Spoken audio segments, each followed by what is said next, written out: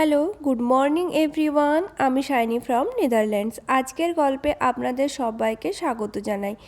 আজকের দিনটা হলো সোমবার, আর আজকে বাকি সব অন্য দিনের মতোই একটা দিন। দিনটা শুরুই করেছি সুন্দর ব্রেকফাস্ট দিয়ে। আজকে ভাবলাম একটু হেলদি ব্রেকফাস্ট করা যাক, যার জন্যে দুধ, মুসলি, কর্নফ্লেক্স, খেজুর, আম সব কিছু একসাথে মিক্সড করে দিনের শুরুটা বেশ ভালোভাবেই করলাম। আসলে এমনিতে তো খুব একটা বেশি এইসব হেলদি খাবার খাওয়া হয় না, আর খেতে পছন্দও করি না। সব সময় একটু স্পাইসি খাবার আমার বেশি ভালো লাগে। তবে মাঝে মধ্যে এরম খাবার খেলে মনও ভালো থাকে আর শরীরও ভালো থাকে। মনে হয় শরীরের জন্যে কিছু একটা করলাম। আজকে সকাল থেকেই দেখছি এখানে এই ক্রেনটা রাখা আছে। প্রথমে তো বুঝতেই পারছিলাম না যে কি হচ্ছে এখানে। বেশ খানিকটা সময় যাওয়ার পরে বুঝতে পারলাম পাশের বিল্ডিংয়ে মনে হয় কিছু খারাপ হয়েছে। আর এই হাড় কাঁপানো ঠান্ডাতে যখন কিছু সারানো হচ্ছে, তখন সেটা নিশ্চয়ই শীতের কাজে লাগবে সেরমই জিনিস। মনে হলো হিটারই খারাপ হয়েছে। তাহলে তো এই ঠান্ডার মধ্যেও কিছু করার নেই। যদি হিটার ঠিক না থাকে তাহলে এখানে থাকা অসম্ভব। এখানে প্রায় প্রত্যেকটা বাড়িতেই আপনি রুম হিটার পেয়ে যাবেন, আর রুম হিটার ছাড়া এখানে থাকাও যাবে না। প্রচণ্ড ঠান্ডা হয় তো, তার জন্যেই হয়তো এই তড়িঘড়ি করে সকাল সকাল মেশিন চলে এসছে। না হলে বেশিরভাগ সময় তো দেখা যায় এখানে যেসব আউটডোর কাজ থাকে ওইগুলো এই হাড় কাঁপানো ঠান্ডার মধ্যে বন্ধই থাকে। খুব একটা বেশি মানুষজন এখন বাইরে কাজ করতে চান না, যেটা খুবই স্বাভাবিক। আসলে বাইরে তো এখন থাকা যায় না, প্রচণ্ড বাতাস, সাথে প্রচণ্ড ঠান্ডা। যদিও এটার এমার্জেন্সি দরকার ছিল, তার জন্যেই হয়তো সকাল সকাল এই মেশিনের উৎপত্তি। এত বড় বিল্ডিংয়ে যদি এরম ভারী ভারী জিনিস তুলতে হয় তাহলে কত লোকের প্রয়োজন বলুন তো।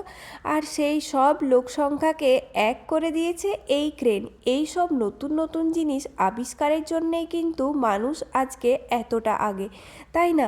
যদি ধরুন সেই লিফটে করেও এগুলোকে তুলতে হতো তাহলেও সেটা কতটা টাইম কনজিউমিং একটা ব্যাপার। যদিও এই সব ক্রেন টেন থাকার জন্যে খুব একটা বেশি টাইমেরও দরকার হয় না। আমি যেখান থেকে ভিডিওটা করছিলাম সেটা হলো 20 তলার উপরে, আর প্রত্যেকটা বিল্ডিং 25 তলা করে। তো এই 25 তলা মানে বুঝতে পারছেন ডিস্টেন্স কতটা, আর ক্রেনটা তার জন্য এতটা বড়। এখানে তো ঘরের দরজা সিঁড়ি বেশ ছোট ছোট হয় ওই জায়গা বাঁচানোর জন্যে, কিন্তু উইন্ডোগুলো আবার বেশ বড় বড় হয়। তার জন্যে যে কোনো জিনিস মানে ফার্নিচার যদি আপনি ভেতরে ঢোকাতে চান তাহলে ওই জানলা দিয়েই ঢোকাতে হয়। তার জন্যে এখানে ক্রেনের ব্যবহারও বেশি। চলুন একটু বাইরে যেতে হবে, ওই কিছু টুকটাক জিনিসপত্র কেনার আছে। বাইরে যা প্রচণ্ড ঠান্ডা, এই ঠান্ডার মধ্যে যেভাবে হোক বাইরে যেয়ে তড়িঘড়ি করে বাড়ি ফিরে এসেছি।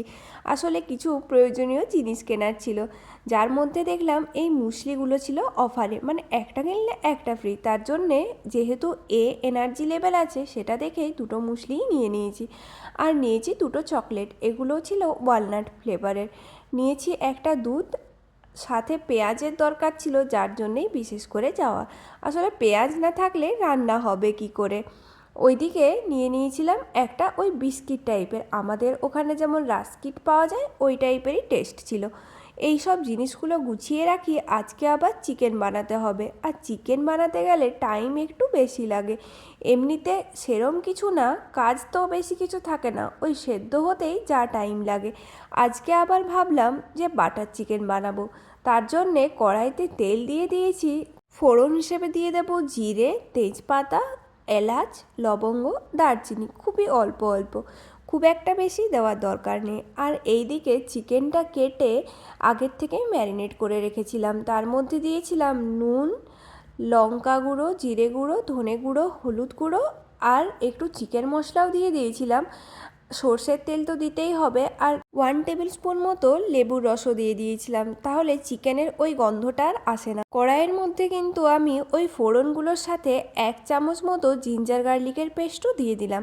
এরপর এই চিকেনটাকে এর সাথে একটু ভাজা ভাজা করে নেব। এখন আর পেঁয়াজ টমেটো কিছু দিলাম না, ওগুলো পরে দেব। আসলে বললাম না একটু অন্য টাইপের রান্না করব, আর চিকেনটা এরমই একটা জিনিস, একটু যদি অন্যভাবে রান্না করা হয় তাহলেই কিন্তু এর টেস্ট বেশ অনেকটাই পাল্টে যায়। আর এখানকার চিকেন তো এত সফট হয় যে আমাদের ওইখানের মতো সেদ্ধ হতে বেশি টাইমও নেয় না। দেখুন এদিকে আমি প্রায় 5 থেকে 10 মিনিট মতো একদম লো স্টিমে নাড়াচাড়া করতে করতেই চিকেনটা বেশ নরম হয়ে এসছে। এরপর তাহলে ওপর থেকে কাঁচা পেঁয়াজ দিয়ে দিই। পেঁয়াজটা দেওয়ার পরে ভালো করে এটা আরও ভাজার জন্য দিয়ে দেব। আসলে সেরম কিছুই না, একটা একটা করে জিনিস দেব আর সেগুলো মেল্ট হওয়া অবধি ওয়েট করব। তাহলে এর টেস্ট কিন্তু দ্বিগুণ হয়ে যাবে। অবশ্যই বানিয়ে দেখবেন। দেখুন অনেকটাই ভাজা ভাজা হয়ে গেছে। এরপর তাহলে একটা টমেটো দিয়ে দিই। আমি এখানে ওই ছোট টমেটো ছিল বলে দুটো দিয়েছি, আর যদি বড় টমেটো হয় তাহলে একটা দিলেই হয়ে যাবে। এরপর আবার কিছুক্ষণ ওয়েট করব এই টমেটোটাও এটার সাথে মেল্ট হওয়ার জন্যে। যদি চান তাহলে টমেটো পিউরিও করে দিতে পারেন, আমি আর করলাম না, কারণ সেই তো ভাজতে ভাজতে টমেটো মেল্ট হয়ে যাবে। এই ফ্রাইং প্যানটা আর ইউজ করব না। এরপর ইচ্ছে আছে একটা কাস্ট আয়রন কিনে নিয়ে আসার জন্যে। আসলে এখন তো ননস্টিকের ইউজ করতে বারণই করছে, আর কাস্ট আয়রনে খাওয়া নাকি বেশ ভালো। ওপর থেকে একটু কাঁচা লঙ্কাও দিয়ে দিলাম। গুঁড়ো মশলা 1/2 চামচ করে চিকেনের মধ্যে দেওয়াই ছিল, তবে এর সাথে আর 1/2 চামচ করে দিয়ে দেব। ওই যা যা দেওয়ার, জিরে গুঁড়ো, ধনে গুঁড়ো, হলুদ গুঁড়ো আর লঙ্কার গুঁড়ো, তাহলেই হয়ে যাবে।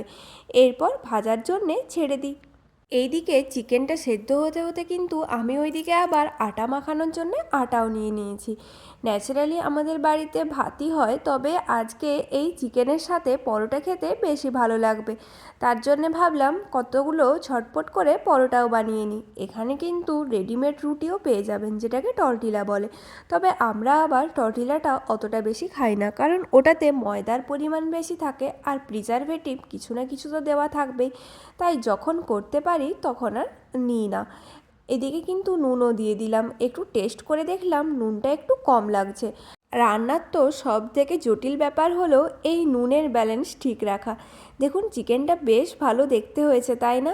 ফ্রিজে একটু নারকেলের গুঁড়ো ছিল, যেটাও কিন্তু জলের মধ্যে ভিজিয়ে রেখে আমি এর সাথে দিয়ে দিয়েছি। যদিও অনেকটা চিকেন হান্ডিতেও এইসব নারকেলের দুধ ব্যবহার করে থাকেন।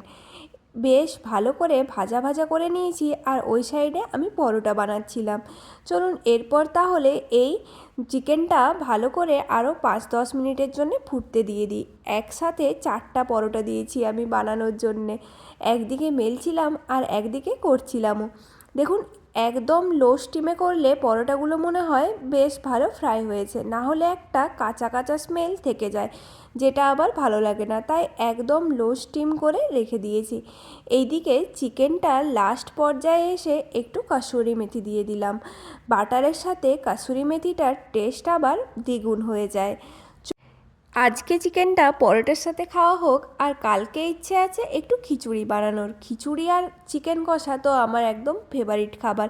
মানে পোলাও আর চিকেনের থেকেও খিচুড়ি আর চিকেন আমার বেশি ভালো লাগে। কে কে আমার দলে আছেন অবশ্যই কমেন্ট করে জানাবেন। দেখুন ওপর থেকে একটু বাটারও দিয়ে দিলাম, তারপর ঢাকাটা দিয়ে দিই। বেশ একটা স্মেল আসবে। ওয়াও কি সুন্দর চিকেনটা দেখতে হয়েছে, পুরো রেস্টুরেন্টে যেরম হয় ঠিক সেই টাইপের। আপনাদেরকে দেখাতেই পারলাম, খাওয়াতে পারলে মনটা আরও শান্তি হতো। যাক, আপনারা বাড়িতে বানিয়ে দেখবেন, যদি ভালো লাগে তাহলে কমেন্ট করে জানাবেন।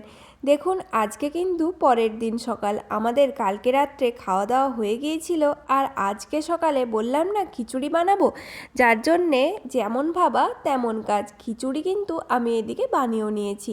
বাড়ি থেকে গোবিন্দভোগ চাল নিয়ে এসেছিলাম, যার সাথে কিছু টুকটাক পরিমাণ সবজি দিয়ে খিচুড়ি আমি বানিয়েছি। খিচুড়িটা খেতেও কিন্তু বেশ ভালো হয়েছিল। খিচুড়ি বানাতে গেলে কিছু সবজিও খাওয়া হয়ে যায়, এটাই আর কি। এমনিতে আলাদা করে সবজি বানালে তো একদমই ভালো লাগে না। আমি বা ও দুজনে কেউই সবজির ফ্যান না। যখনই কিছু রান্না করি এটাই মনে হয় পৃথিবীর সব থেকে বাজে সবজি। মানে এটা কত বাজে হয়েছে যে আর কোনো দিনও রান্না করব না, এরম একটা ফিলিংস তো চলেই এসছে। চলুন এই সুন্দর খাবারটা তাহলে এনজয় করি, আর আমার ব্লগটা এর সাথেই শেষ করছি। যদি আমার এই ভিডিও আপনাদের ভালো লাগে তাহলে please do like, comment, share and subscribe. দেখা হবে পরের নতুন একটি ব্লগে। বেল আইকনটা ক্লিক করে রাখবেন যাতে নতুন ভিডিও পান।